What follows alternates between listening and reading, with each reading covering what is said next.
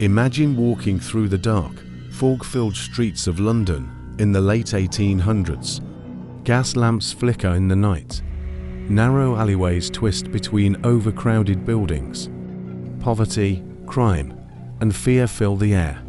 Now imagine knowing that somewhere in those shadows, a killer is waiting. A murderer so elusive, so brutal, and so mysterious that more than a century later, the world is still trying to uncover his identity. His name became legendary, Jack the Ripper. Between August and November of 1888, a series of horrifying murders terrorized the Whitechapel district of London. The crime shocked Victorian society and created one of the greatest criminal mysteries in history. Who was Jack the Ripper? How did he evade capture? And why has his identity remained hidden for over 130 years? This is the chilling story of the world's most famous unidentified serial killer. To understand the mystery, we must first understand Whitechapel.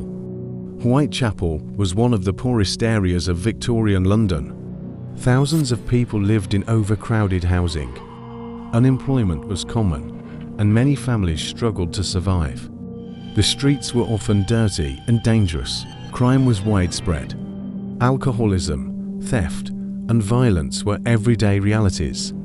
Many women turned to prostitution as a means of survival. Police patrols were limited, and dark alleyways provided perfect hiding places for criminals. It was within this environment that a killer found his hunting ground. The victims chosen by Jack the Ripper were vulnerable women who often walked the streets alone at night. This made them easy targets and made the killer difficult to track. Nobody knew that Whitechapel was about to become the center of one of history's most infamous murder investigations. On August 31, 1888, the body of Marian Nichols was discovered in Bucks Row. Her throat had been cut, and she had suffered severe injuries. Police initially believed it was an isolated crime, but they were wrong. Only days later, another woman would be found murdered under similar circumstances. Fear began spreading through Whitechapel. Residents whispered about a mysterious killer stalking the streets. The newspapers quickly picked up the story, and public anxiety grew. No one knew who would be next. Annie Chapman. On September 8, 1888, Annie Chapman was found murdered in a backyard. The injuries were even more brutal than those inflicted on Nichols. Investigators noticed similarities between the crimes. The possibility of a serial killer became impossible to ignore. Elizabeth Stride. On September 30th, Elizabeth Stride was found dead in Dupfield's yard. Her throat had been cut, but the mutilations seen in previous murders were absent. Some investigators believe the killer may have been interrupted. Catherine Eddowes. Less than an hour after Stride's murder, another body was discovered. The victim was Catherine Eddowes. Her injuries were among the most horrific of all the murders. The fact that two murders occurred on the same night became known as the double event. Panic swept through London. Mary Jane Kelly.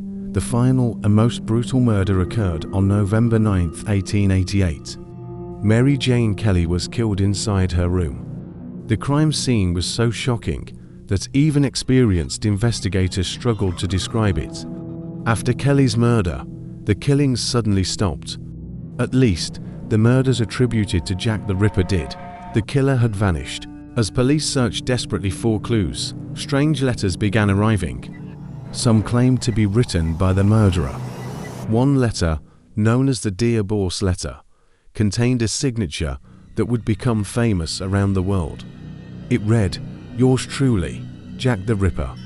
This was the first time the name appeared in the nickname. Another letter allegedly included part of a human kidney. Whether these letters were truly written by the killer remains a subject of debate. Many experts believe they were hoaxes created by journalists or attention seekers. But the letters helped transform the case into a worldwide sensation. the police launched one of the largest investigations Britain had ever seen. Hundreds of officers were assigned to the case. Thousands of people were questioned. Witness statements poured in. Suspects were constantly being reported, yet investigators faced enormous challenges. There were no surveillance cameras, no DNA testing, no fingerprint databases. Forensic science was still in its infancy. The killer left behind very little evidence. Every lead seemed to end in disappointment. As public pressure increased, police came under criticism for failing to stop the murders. But despite their efforts, Jack the Ripper remained a ghost. Over the years, dozens of suspects have been proposed. Some theories suggest the killer was a doctor due to the nature of the injuries. Others believe he was a butcher familiar with cutting flesh. Several suspects were local residents. Some researchers have even accused members of the British upper class. One of the most discussed suspects is Aaron Kosminski, a Polish immigrant who lived in Whitechapel. Others point to different individuals entirely. The problem is that evidence against every suspect remains incomplete or disputed. No suspect has ever been conclusively proven to be Jack the Ripper. The mystery continues.